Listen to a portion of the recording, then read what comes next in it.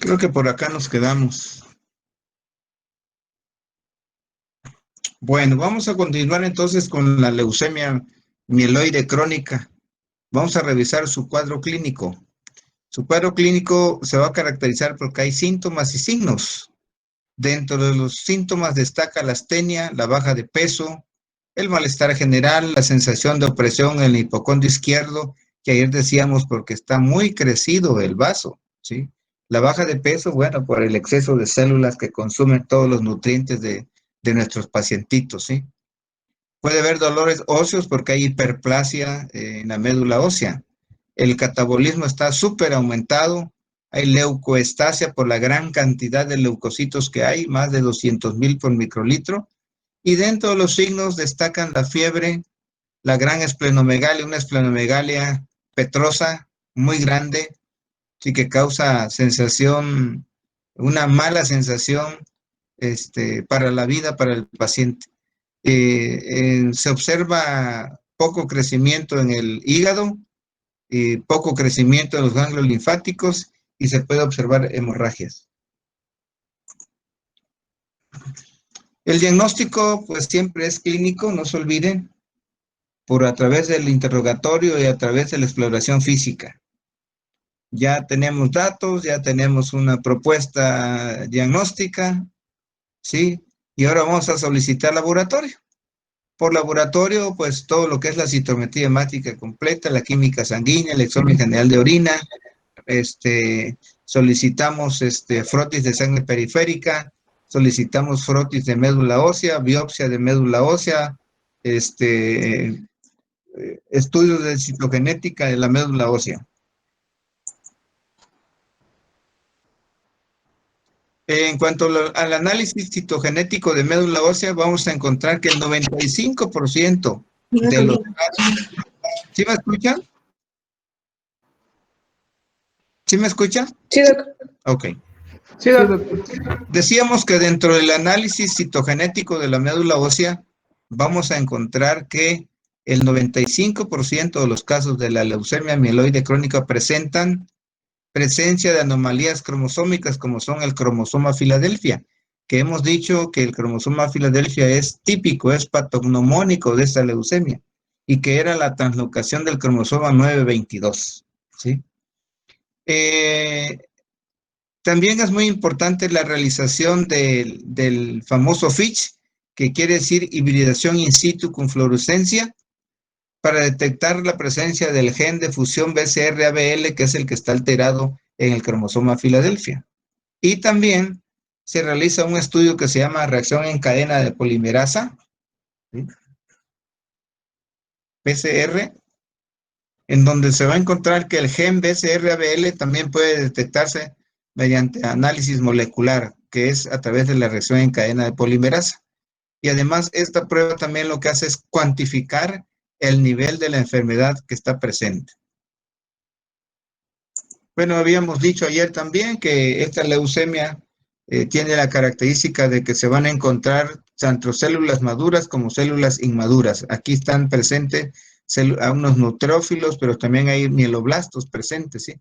Igual acá, aquí hay neutrófilos, pero hay también mieloblastos. Toda la serie de los mieloblastos, mieloblastos, linfoblastos, etcétera, pueden estar presentes. Acuérdense que esta leucemia se caracteriza porque van a haber células maduras e inmaduras, ¿sí? De acuerdo a la literatura se dice que esta leucemia que es crónica, puede volverse aguda. Y vamos a encontrar que el 70% de la leucemia aguda está representada por mieloblastos y solamente un 20% está representada por linfoblastos, ¿sí?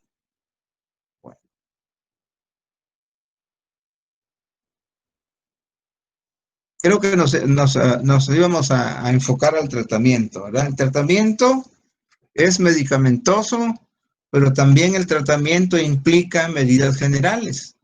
Las medidas generales son, por ejemplo, el estar checando las constantes vitales permanentemente, la respiración, la frecuencia cardíaca, la tensión arterial, etcétera, etcétera, ¿sí? Las constantes vitales. Son pacientes que generalmente son muy susceptibles a los procesos infecciosos, por lo tanto tenemos que dar antibióticos de amplio espectro. Además, estos pacientes son susceptibles a los hongos, tenemos que dar antimicóticos. Son susceptibles a los virus, tenemos que dar antivirales, ¿sí? Si cursan con anemia, los tenemos que transfundir. Si cursan con plaquetopenia, les tenemos que administrar plaquetas, ¿sí? Esas son medidas generales. Tenemos que también superhidratar al paciente. ¿Por qué? Porque acuérdense que a la administración de los fármacos, lo que va a hacer es que se van a empezar a morir muchas células neoplásicas y entonces van a generar un síndrome de lisis tumoral. Por lo tanto, el paciente que va a recibir tratamiento antineoplásico, pues debe de someterse a una superhidratación. Ya vimos qué cosa es el síndrome de lisis tumoral, en qué momento debe llevarse a cabo y cuál es la indicación. Y el otro tratamiento de la leucemia granulocítica crónica es el antineoplásico, con el uso de inhibidores de la tirosincinasa, que finalmente es la proteína que está causando el problema, ¿sí? Entonces aquí la translocación es del cromosoma 922, lo que genera oncogenes BCR-ABL. Ese oncogen híbrido BCR-ABL estimula la tirosincinasa, que está desregulada, que no está controlada, y empieza a producir una serie de proteínas, ¿verdad?, anormales en estos pacientes. Proteínas que obviamente están en los gránulos de las células, a eso se refieren las proteínas. Bueno, se puede entonces utilizar el mesilato de imatinib. Ahorita vamos a ver todos los fármacos que se utilizan. Es el fármaco por excelencia que se utiliza en primera línea, así se le llama, ¿sí? Es un medicamento inhibidor de la tirosincinasa. Se administra de forma indefinida, ¿sí? En caso de resistencia al imatinib, que es el Glivec, su nombre comercial, se le debe de administrar inhibidores más potentes como el nilotinib y el desatinib, que son inhibidores de la tirosincinasa de segunda generación, pero ya hay de tercera generación. Entonces, si fallan la primera generación, utilizamos los de segunda. Si fallan los de segunda, utilizamos los de tercera. Falla me estoy refiriendo cuando hay resistencia a los fármacos. A eso se le llamo falla. Bueno, estos medicamentos son muy generosos en cuanto a que producen bienestar al paciente. No curan la enfermedad, pero sí disminuyen su potencial cancerígeno. Y se piensa que hay una remisión citogenética del 80 hasta el 90% en 5 años de terapia continua. El inconveniente de estos fármacos es que son sumamente caros.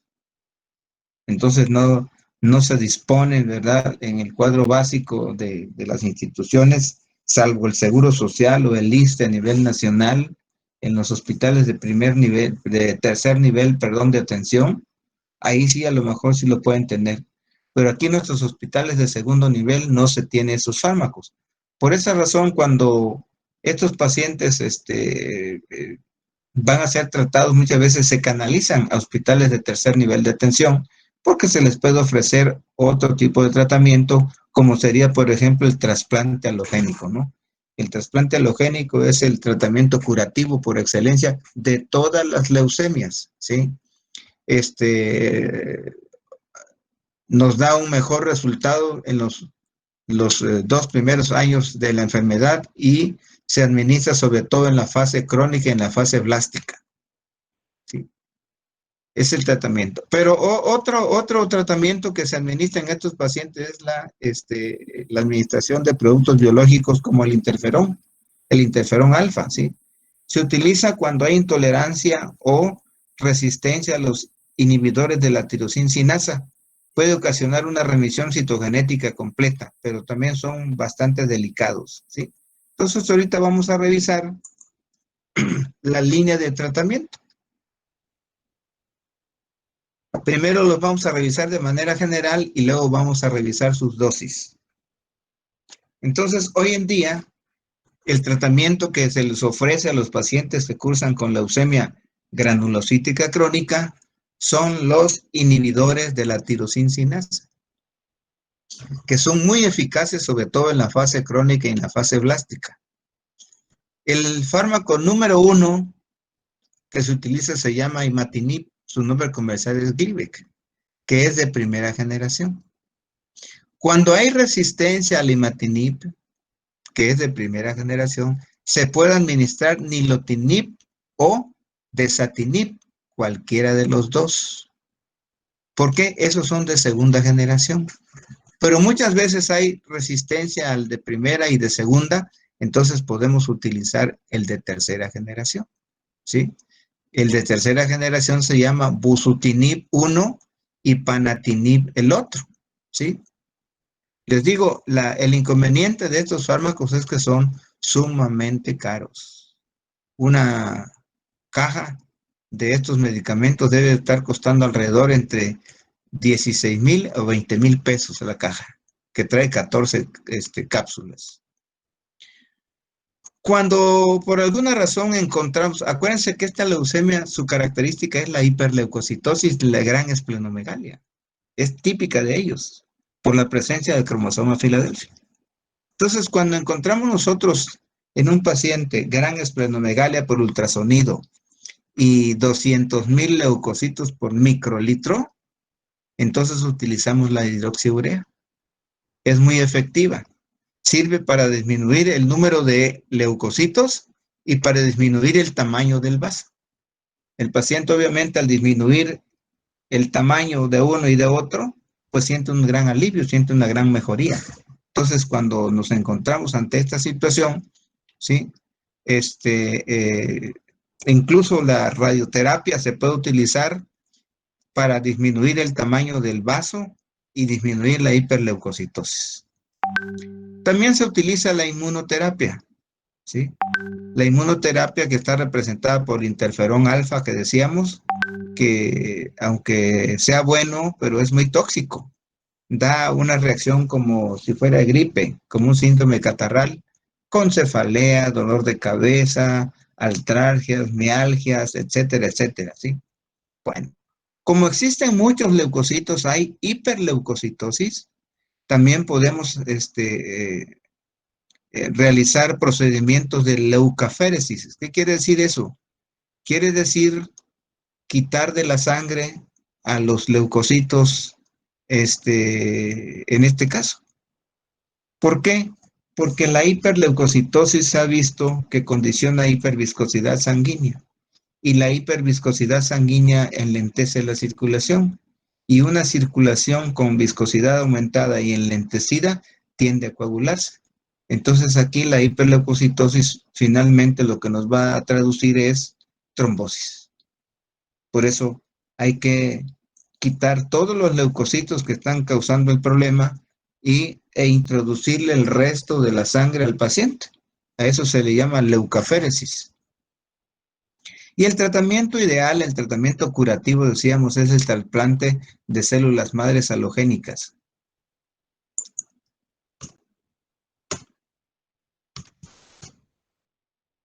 Okay. Anteriormente se utilizaba el busulfán, que es un agente paliante. Hoy día prácticamente ya quedó en desuso el busulfán. Solamente se utiliza el busulfán en los hospitales pobres, en los hospitales donde no se tiene en el cuadro básico, ¿sí? Para tratar a este tipo de pacientes. Pero eso ya casi es anecdótico. Repito, el tratamiento ideal antineoplásico son los inhibidores de la tirosincinasa, que son muy eficaces, ¿sí? No curan la enfermedad, pero disminuyen notablemente la sintomatología y mantiene al paciente durante mucho tiempo en un buen estado. Ahora sí. Bueno. Entonces el tratamiento con los inhibidores de la tirosincinasa se hace por fases. Y así tenemos que en la fase crónica damos un tratamiento estándar y podemos dar 400 miligramos de imatinib vía oral una vez al día. Si hay resistencia, utilizamos 100 miligramos de desatinib vía oral una vez al día. Si hay resistencia a este también, podemos utilizar 300 miligramos de nilotinib vía oral 2 veces al día. Aclaro, no se administran los 3 medicamentos, se administra cualquiera de los 3. El número 1 es el imatinib. Si hay resistencia al imatinib, se puede aplicar disatinib a esa dosis. Si hay resistencia al disatinib, podemos aplicar nilotinib. Si incluso hay resistencia al nilotinib, otros inhibidores de la tirosina sinasa que son de tercera generación. El imatinib es de primera generación, el desatinib y el nilotinib son de segunda, y el bosutinib y el panatinib son de tercera generación. Bueno, eso sería en cuanto a la fase crónica. En cuanto a la fase acelerada, ¿sí? ¿Qué vamos a utilizar? También inhibidores de la tirosina sinasa. Nada más que aquí el cambio que observamos es la dosis. Se incrementa la dosis, ¿sí? Por ejemplo, utilizamos 600 miligramos en la fase acelerada. Acuérdense que tiene 3 fases. Una fase crónica, una fase acelerada y una fase blástica, ¿sí? Aquí está la fase blástica. Entonces, en la fase acelerada utilizamos 600 miligramos de imatinib vía oral 1 vez al día. Repito otra vez, si hay resistencia, utilizamos 140 miligramos de desatinib vía oral 1 vez al día. Si hay resistencia al desatinib, podemos utilizar el nilotinib a la dosis de 400 miligramos vía oral 2 veces por día. Si hay resistencia a cualquiera de estos 3, hacemos uso del bosutinib a la dosis de 500 miligramos vía oral 1 vez al día. Entonces ya tenemos dos fases de tratamiento, la fase crónica y la fase acelerada. En cuanto a la fase blástica, ¿sí? Aquí es muy importante destacar que el tratamiento que se va a instalar es como si fuera una leucemia mieloide aguda o linfoide aguda, como la que vimos anteriormente, las 2 primeras leucemias que vimos. Así se debe de tratar. Y se ha visto que el 70%, bueno, antes de pasar a ese tema, eh, esta leucemia granulocítica crónica, tiene la particularidad de volverse aguda, ¿sí? Es la única leucemia en el mundo que se puede convertir en aguda, sea mieloide o linfoide. Por eso dice acá que se debe de tratar en la fase blástica como si fuera una leucemia mieloide o linfoide. El 70% de los pacientes van a cursar con una anemia mieloide aguda, una leucemia mieloide aguda, y el 20% con una leucemia linfoide aguda. Entonces el tratamiento estará en función al tipo de células que vamos a encontrar, ya sea mieloide o linfoide. Entonces, antes de iniciar el tratamiento, ¿sí? ¿Qué debemos de hacer? Determinar, dice, si las células son linfoides o mieloides. Ya vimos que el 70% son mieloides y el 20% son linfoides. Entonces se trata como si fueran leucemias agudas. Segundo, dice, analizar la mutación del gen BCR-ABL para detectar mutaciones en la parte del gen que produce la proteína. Tratar con inhibidores de la tirosina sinasa de segunda generación. O sea, aparte de que damos el tratamiento para una leucemia linfoide o mieloide aguda, vamos a utilizar, ¿sí?, fármacos de segunda generación como el desatinib o el nilotinib. Si hay resistencia a ello, utilizamos otros que son de tercera generación.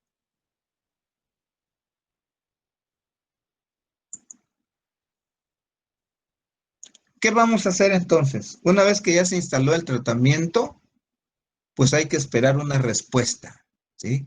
Entonces se debe de valorar la respuesta hematológica parcial o total, ¿sí?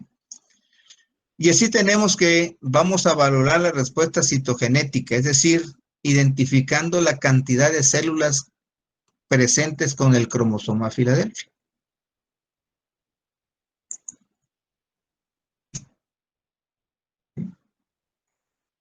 Esta valoración de la respuesta citogenética lo vamos a realizar por medio de un estudio que se llama hibridación in situ con fluorescencia, más comúnmente conocido por sus iniciales como FISH, ¿sí?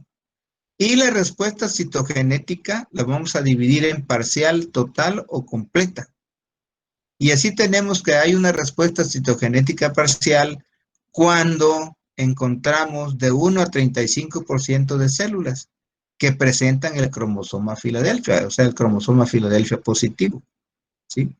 Y decimos que hay una respuesta citogenética total o completa cuando no se detectan células con cromosoma Filadelfia. También podemos clasificar esta respuesta en respuesta citogenética mayor, que esta respuesta citogenética mayor se caracteriza porque encontramos de 0 a 35% de células con cromosoma Filadelfia. O llamamos respuesta citogenética menor cuando hay más del 35% de células con el cromosoma Filadelfia. Esto sería en cuanto a la respuesta citogenética. En cuanto a la respuesta molecular, ¿sí? ¿Sí? Se dice que es respuesta molecular temprana cuando hay 10% del gen BCR-ABL con menos de 3 alteraciones. En 3 meses, o dicho de otra manera, cuando se detectan 10 de cada 100 células que tienen el gen BCR-ABL, ¿sí? Entonces, fíjense, la respuesta citogenética se refiere al cromosoma Filadelfia y la respuesta molecular es al gen BCR-ABL, ¿sí? Entonces, se le llama respuesta molecular mayor cuando el nivel del gen BCR-ABL ha disminuido, ¿sí? O está disminuido. Es decir, 1 de cada 1000 células tienen el gen BCR-ABL. Y se llama respuesta molecular mayor cuando no se detectan células con el gen BCR-ABL. También se conoce como reducción de 3 logaritmos. Entonces, hoy en día, ¿sí? Se tiene que hacer un estudio citogenético y molecular a todo paciente. Por eso yo les hablaba del famoso MIC. MIC quiere decir M de morfología, de hacer un estudio de los frotis de sangre periférica y frotis de médula ósea de las células, de la morfología celular. MIC. Y quiere decir estudio inmunológico, estudio citogenético, ¿sí? MIC. Perdón, con anticuerpos monoclonales. Y la C quiere decir respuesta citogenética, que aquí estamos estudiando precisamente qué es lo que quiere decir. La respuesta citogenética se refiere a la presencia del cromosoma Filadelfia y la respuesta molecular al gen del cromosoma Filadelfia que se llama BCR-ABL, que es el causante del problema.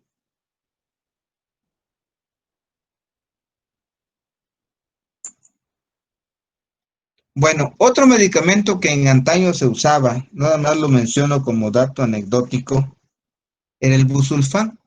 El busulfán ya está prácticamente en desuso, ya no se utiliza, salvo que se utiliza en los hospitales pobres, les decía. Sí, porque ya el tratamiento de la leucemia granulocítica crónica ha cambiado diametralmente.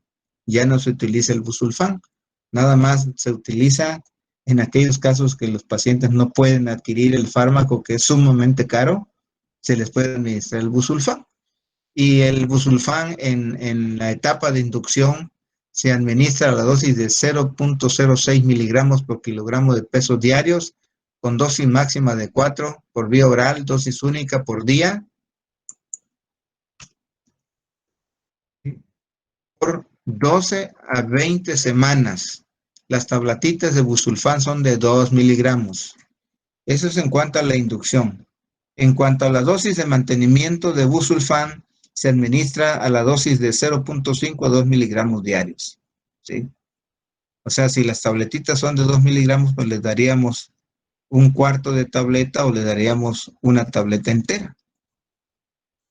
En cuanto a la hidroxiurea, también es otro fármaco que se usa no sirve para tratar la enfermedad en sí, sino sirve para disminuir la cantidad exagerada de leucocitos y para disminuir el tamaño exagerado del vaso. ¿Sí? Se usa como terapia concomitante para erradicación de estas células, de las células cancerígenas.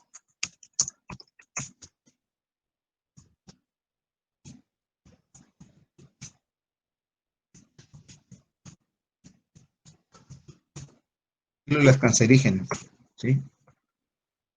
Su mecanismo de acción es que inhibe la síntesis del ADN, disminuyendo la timina, que es un nucleótido básico del ADN. Específicamente inhibe la ribonucleótido reductasa, interfiriendo con el proceso de síntesis, o sea, participa o su acción básica está en la fase S del ciclo celular, de los constituyentes esenciales del ADN sin interferir con la síntesis de ARN y de proteínas. Se usa, como decíamos anteriormente, para el descenso rápido de la hiperleucocitosis y para la esplenomegalia gigante que causa malestar en el paciente. La dosis de ataque, la dosis de ataque de la hidroxiurea es de 30 a 60 miligramos por kilogramo de peso por día vía oral. Y la dosis de mantenimiento es de 15 a 30 miligramos por kilogramo de peso por día vía oral. Bueno, con eso terminamos la leucemia granulocítica crónica. Ahora vamos a ver otra leucemia que también es de tipo crónico, se llama leucemia linfocítica crónica. Como su nombre lo dice, aquí vamos a encontrar linfocitos de aspecto casi maduro, que son los que están generando el problema, con el inconveniente de que son linfocitos inmunocompetentes, es decir, no realizan su función normal, que es de atacar a los virus y a las células cancerígenas principalmente. Bueno, vamos a encontrar en esta leucemia una proliferación de células más maduras pertenecientes a la línea linfocítica, ¿sí? Vamos a encontrar en médula ósea acúmulo de linfocitos disfuncionales, tanto en médula ósea como en torrente sanguíneo, o bien otros tejidos. Podemos encontrarlos en el hígado, podemos encontrarlos en el vaso también, ¿sí? Está relacionado con trastornos de la inmunodeficiencia, ¿sí? Entonces, estos pacientes, al estar inmunodeficientes, porque el 90% de esta leucemia es de células B. Por lo tanto, ¿sí?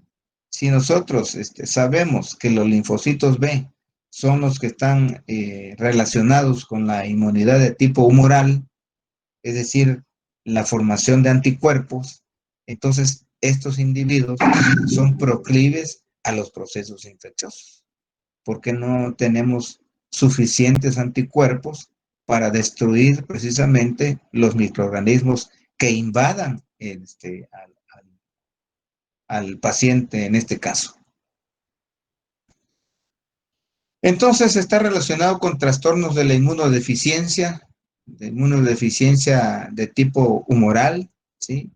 Es mayor esta leucemia en los adultos, tiene un mejor pronóstico porque es indolente, ¿sí? En cuanto a sexo masculino, femenino, es mayor en los masculinos 2-1, es una leucemia mayor en pacientes de 50 años, es una leucemia típica propia de la gente adulta. 50, 60, 70, 80 años para arriba, ¿sí? En el frotis de sangre periférico de médula ósea encontramos que los linfocitos tienen un aspecto normal, pero no son completamente maduros. Son inmunocompetentes por esa razón.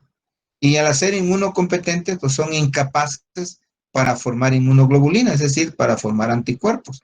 Y si no hay anticuerpos, pues obviamente el paciente es presa fácil de los procesos infecciosos.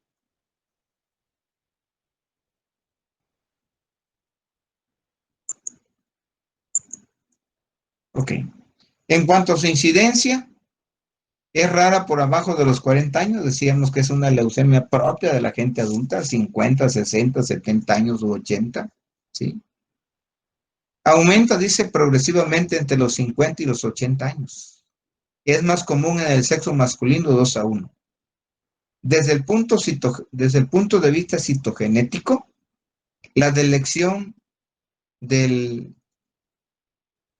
cromosoma 13, Q, ocurre en la mayoría del 50% de los pacientes. Y en el 18% de los casos vamos a encontrar que hay trisomía en el cromosoma 12.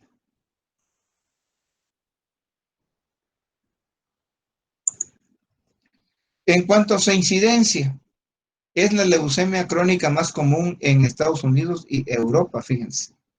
En México, ¿cuál es cómo se presenta la leucemia en México?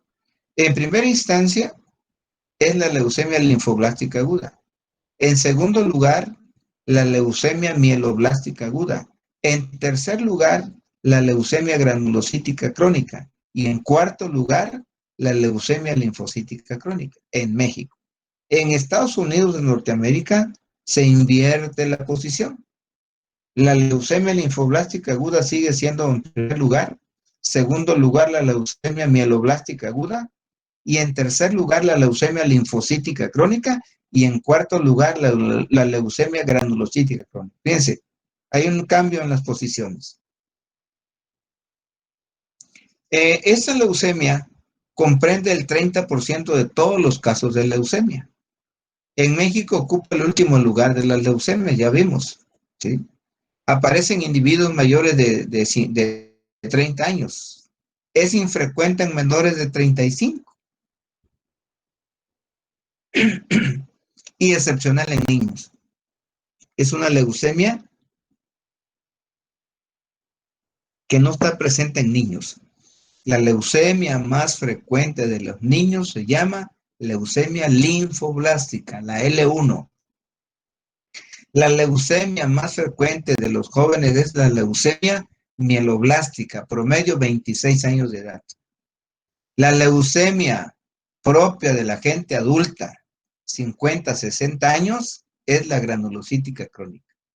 Y la leucemia de más de 60, 70, 80 años es la granulocítica crónica. En nuestro país el diagnóstico es tardío, fíjense. Como cursa con un cuadro indolente, el diagnóstico no se hace. Se puede confundir con una gripe, la leucemia. Se puede confundir con una virosis, la leucemia. ¿Sí? No se logra distinguir, pues el paciente en sus etapas iniciales no aqueja un deterioro en su organismo. Es indolente. Se puede confundir con otra patología. Se puede confundir con un síndrome catarral, por ejemplo. Hasta que no realizamos los estudios y vemos, porque hay criterios para hacer diagnóstico. Y vemos que hay una leucocitosis a expensas de los linfocitos que se mantienen por X tiempo. Y hay una cantidad también de células que se mantiene por determinado tiempo. ¿Sí? Entonces, como el diagnóstico es tardío, como consecuencia de ello, dice, por lo general el sujeto fallece antes de que se tenga el diagnóstico. Y es tardío porque la enfermedad tiene un curso indolente, razón por la cual se diagnostica tardíamente. Es decir, se puede confundir con otra entidad nosológica y no sospechar que hay anemia. Por eso es tan importante los grupos etarios, la edad, el tipo de leucemia. En cuanto a su etiología, bueno, en realidad la causa no se conoce, pero hay factores predisponentes. Uno de ellos es el factor hereditario.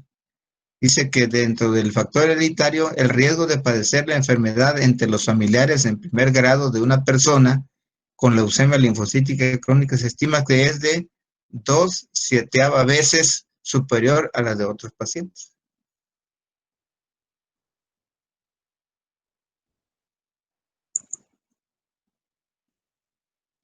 Entonces, Vean, hay factores que predisponen esta leucemia. Los factores en sí no se conocen, pero hay factores predisponentes. Uno de ellos era el hereditario. Los otros son los agentes químicos, ¿sí? Agentes químicos como el benceno, por ejemplo, como los insecticidas, los pesticidas, ¿sí? Que esos mismos producen leucemia linfoblástica, mieloblástica o granulocítica. Eh, los virus, sobre todo el virus de Epstein-Barr, el parvovirus B19, que son retrovirus que están relacionados con este tipo de leucemias. Y una cosa muy importante, los trabajadores del asbesto, ¿sí? Las gentes que trabajan en la fábrica, en la fabricación de tejas de asbesto, por ejemplo, ellos están muy expuestos y se sabe por estudios que se han realizado que la gente que está expuesta al asbesto corre el riesgo de padecer este tipo de leucemia. Una cosa muy importante en esta leucemia es que no se asocia con radiación ni agentes alquilantes como el anterior. La leucemia granulocítica crónica se relaciona con los accidentes nucleares de Chernóbil, de Fukushima, etcétera. Esta no, ¿sí? En aquella sí, porque recibieron altas dosis de radiación. En esta leucemia no está relacionada, ¿sí?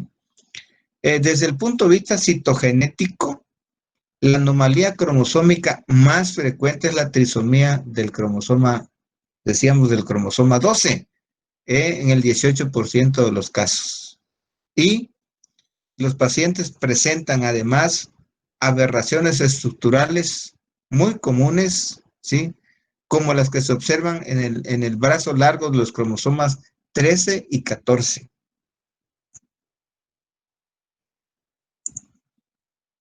Bueno, las leucemias linfocíticas crónicas eh, se parecen mucho o están dentro de la misma familia, involucra a la misma familia de la leucemia linfocítica crónica B, el linfoma B linfocítico bien diferenciado, la linfocitosis B monoclonal de significado incierto, la leucemia B prolinfocítica, la leucemia de linfocitos grandes granulares, la leucemia de células peludas, la tricoleucemia de células vellosas, es decir, la tricoleucemia es una variante de la leucemia linfocítica crónica, como lo son todas estas, son variantes de la leucemia linfocítica crónica, ¿sí? Y otros linfomas con expresión leucémica. Dentro de la anatomía patológica, ¿sí? Existe, lo que se encuentra es que existe una gran proliferación de linfocitos en los ganglios o en la médula ósea, ¿sí? Son linfocitos anormales con grandes núcleos. Los órganos más afectados son la sangre, donde vamos a encontrar leucocitosis, pero también la médula ósea se infiltra. Hay hiperplasia de linfocitos atípicos, ¿sí? También otros órganos que se pueden invadir son los ganglios linfáticos, por eso hay grandes adenomegalias, ¿sí? Ganglios linfáticos y el vaso, por eso hay gran esplenomegalia también, pero no tan grande como la esplenomegalia de la leucemia granulocítica crónica, que además en la leucemia granulocítica crónica, aparte de que el vaso está muy grande, la consistencia de ese vaso es como piedra, es una consistencia pétrea. En la leucemia linfocítica crónica no, pero puede estar crecido el vaso. Otra característica de esta enfermedad es que son raras las infiltraciones a otros órganos como el cerebro y los testículos, de la cual la leucemia linfoblástica aguda es típica, ¿verdad? ¿Sí? Acuérdense que infiltra el sistema nervioso central y la región testicular, o los ovarios en el caso de la mujer, ¿sí? En este caso no. Aquí no hay infiltración a cerebro ni a testículos. Lo que se sabe, lo que se conoce es que, en general, más que proliferación de linfocitos, hay una aparente supervivencia prolongada de los linfocitos. Es decir, son linfocitos que viven más. Son linfocitos que están protegidos de la apoptosis. Son linfocitos entonces que si no se mueren se acumulan. ¿En dónde se van a acumular? En la médula ósea, provocando hiperplasia de la médula ósea, en los ganglios linfáticos, produciendo adenomegalias en los ganglios, o en el vaso, produciendo esplenomegalia importante en estos pacientes.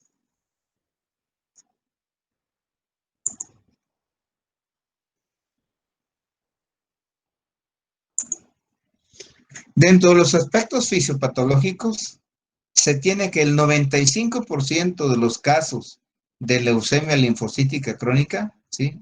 Vamos a encontrar que es una leucemia, es una neoplasia de células B. Por eso tiene buen pronóstico. Porque el linfocito B no es tan agresivo como el linfocito T. Entonces quiere decir que del 90 al 90, que del 5 al 10% son de células T. Estas, afortunadamente, la mayoría de las personas que padecen de leucemia son de células B. ¿Sí? El inconveniente es que al ser células B, la inmunidad de tipo humoral, la que genera los anticuerpos, va a estar alterada. Y esa es una de las razones por las cuales el paciente también sufre infecciones frecuentes. Entonces, vamos a encontrar que del 95% de los casos es una neoplasia de células B con buen pronóstico. Las manifestaciones clínicas se deben a la infiltración progresiva de la médula ósea, de los ganglios linfáticos y otros tejidos como por ejemplo el vaso, por estos linfocitos inmunocompetentes. Okay. La anemia es muy importante de esta leucemia. Hay que hacerle la semiología. Entonces, se dice que la fisiopatología de la anemia en los enfermos con leucemia linfocítica crónica debe estudiarse desde varios puntos de vista. ¿Sí? Y así se tiene que en los pacientes recién diagnosticados, la anemia puede atribuirse a diversas circunstancias, entre las que vale destacar, primero, la hemólisis. Acuérdense que es una leucemia en la cual está involucrada la inmunidad de tipo humoral, la que genera anticuerpos. Entonces quiere decir que es una leucemia que produce exceso de anticuerpos, que son anticuerpos que pueden estimular a los antígenos de la membrana del eritrocito, por ejemplo, o a los antígenos de la membrana plaquetaria. Por lo tanto, cuando van a pasar por el vaso, esos eritrocitos se destruyen. Entonces podemos encontrar en estos pacientes anemia hemolítica también. Una anemia hemolítica que se va a caracterizar porque hay ictericia en ellos, deshidrogenasa láctica elevada, reticulocitosis podemos encontrar, es decir, aparte de su leucemia, el paciente cursa con una anemia normocítica normocrómica típica de los pacientes que cursan con cáncer. Les he dicho yo que los pacientes que cursan con cáncer, la anemia típica de ellos es normocítica normocrómica por infiltración de la médula ósea. Aquí no hay afectaciones al hierro, ni a la vitamina B12, ni al ácido fólico. En general no se afectan. Por eso no son leucemias microcíticas hipocrómicas o leucemias macrocíticas normocrómicas. Son leucemias normocíticas normocrómicas porque la célula cancerígena, los linfocitos estos, infiltran la médula ósea y no permite que se produzcan eritrocitos, por ejemplo, en cantidad normal. Se producen muy poquitos y los pocos que se producen son de buen tamaño y de buen color. Por eso son anemias normocíticas, normocrómicas, ¿sí? Entonces la anemia no solo se debe a la hemólisis autoinmune, sino se debe a la infiltración medular, al exagerado función del vaso que se llama hiperesplenismo y tiene una exagerada función porque hay anticuerpos pegados a los eritrocitos y a las plaquetas. Entonces, el vaso está trabajando muy aceleradamente, por eso hay hiperesplenismo. Y otra condición por las cuales puede haber anemia es la deficiencia o interferencia con factores hematopoyéticos, no tanto con trastornos del metabolismo del hierro, porque no se ha visto realmente muy poco. ¿Verdad? Aquí no hay problemas con el metabolismo del hierro, ¿sí?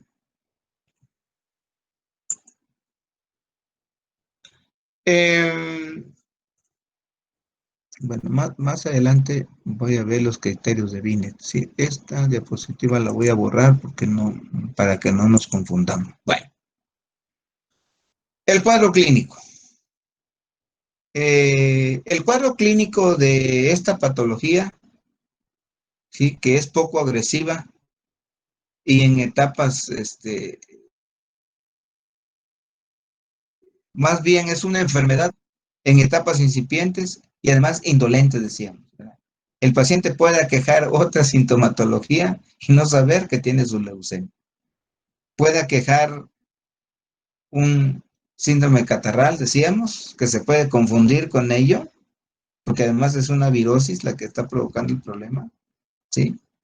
Y vamos a encontrar típicamente que hay síntomas inespecíficos, como por ejemplo, vamos a encontrar fatiga. Pues sí, la fatiga la puede dar otras condiciones, no solamente la leucemia, no solamente la anemia. Vamos a encontrar hiporexia, fiebre moderada, ictericia, que les decía porque hay anemia hemolítica, ¿sí? Adenomegalias por infiltración hacia los ganglios, pérdida de peso, porque las células estas, al no morirse y al sumarse, comen demasiado. Se están nutriendo, ¿verdad? Se están consumiendo los nutrientes que normalmente el paciente necesita para su metabolismo. Entonces, por eso es la baja de peso. Susceptibilidad a los procesos infecciosos, ya dijimos por qué razón, ¿sí? Porque la inmunidad de tipo humoral está acelerada, está más bien alterada, no acelerada, ¿sí? Diaforesis, sudoración, porque esta leucemia tiene la particularidad de liberar interleucinas, factores de necrosis tumorales, interferones, etcétera, etcétera, ¿sí? Se observan datos de anemia hemolítica, ¿sí? Hay en estos pacientes anemia hemolítica autoinmune, que ya dijimos cuál es el mecanismo. Datos de glomerulonefritis e incluso síndrome nefrótico. Esta leucemia puede infiltrar incluso el riñón también, ¿sí? Y darnos insuficiencia renal aguda o insuficiencia renal crónica, según sea el caso. Eh, Encontramos también adenomegalias y esplenomegalias importantes, ¿sí? Yo creo que aquí para que no me confunda se lo voy a agregar. Adenomegalias, esplenomegalia, megalia.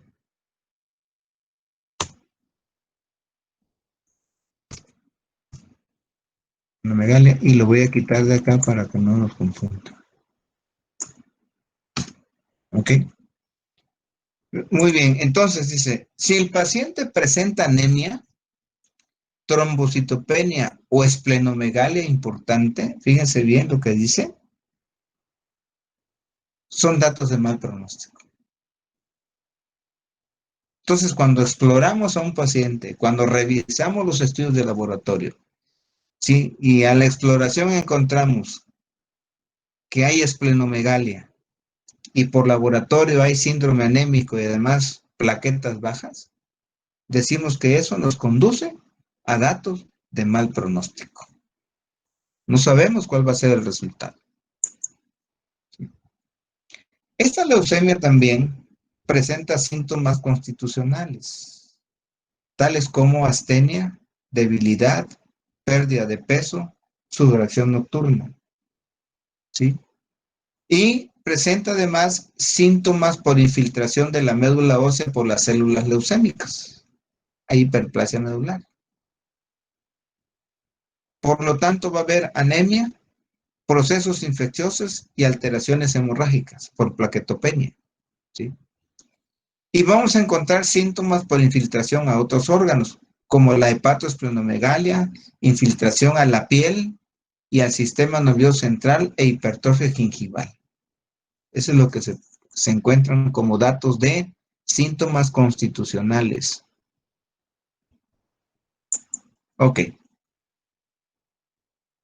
A ver, creo que también esta la voy a quitar porque nos va a confundir. Ahorita les voy a explicar en qué consiste esto. Bueno, esta leucemia también tiene un sistema de estratificación, ¿sí? Que valora áreas linfoides y que valora adenopatías o linfocitosis. La primera clasificación se llama la de Binet. En la clasificación de Binet toma en cuenta las áreas linfoides afectadas y el porcentaje de sobrevida y de riesgo, ¿sí? Y así tenemos que en el esquema de Binet decimos que el estadio A es en la que vamos a encontrar 3 áreas linfoides afectadas. Eso se encuentra en el 60% de los casos y el riesgo es bajo. La sobrevida es de 10 años más o menos, ¿sí? En la etapa B, en la anterior era menos. En la etapa B vamos a encontrar 3 áreas linfoides afectadas. El porcentaje de presentación es del 30% y el riesgo es intermedio. Más o menos en años es 5 años. Y en el estrato C, en él ya vamos a encontrar anemia y trombocitopenia, ¿sí? Y su presentación en porcentaje es el 10%. Y decimos que cuando hay anemia y trombocitopenia, el riesgo de estos pacientes es muy alto. La sobrevida en años es apenas de 2 años, ¿sí? En cambio, el sistema de Ray, ¿sí? La estratificación de Ray dice que toma en cuenta aquí la hepatoesplenomegalia, la anemia, la trombocitopenia y la linfocitosis. Y se dice que es estrato 0 de Ray cuando hay linfocitosis únicamente. En porcentajes 30%, el riesgo de esos pacientes es bajo. La sobrevida también es igual que la anterior, 10 años. Y así decimos que en estratificación 1, donde vamos a encontrar adenopatías, decimos que el porcentaje es del 25% y el riesgo sigue siendo bajo. En el estadio 2 vamos a encontrar hepatoesplenomegalia. El porcentaje de presentación es del 25% y el riesgo que presentan estos pacientes es de intermedio. La sobrevida es de 5 años más o menos. Y cuando hay anemia, que sería el estadio 3, y trombocitopenia, el estadio 4, ¿sí? Que se presenta ambas en el 10%, decimos que el riesgo es muy alto. La sobrevida es de menos de 2 años.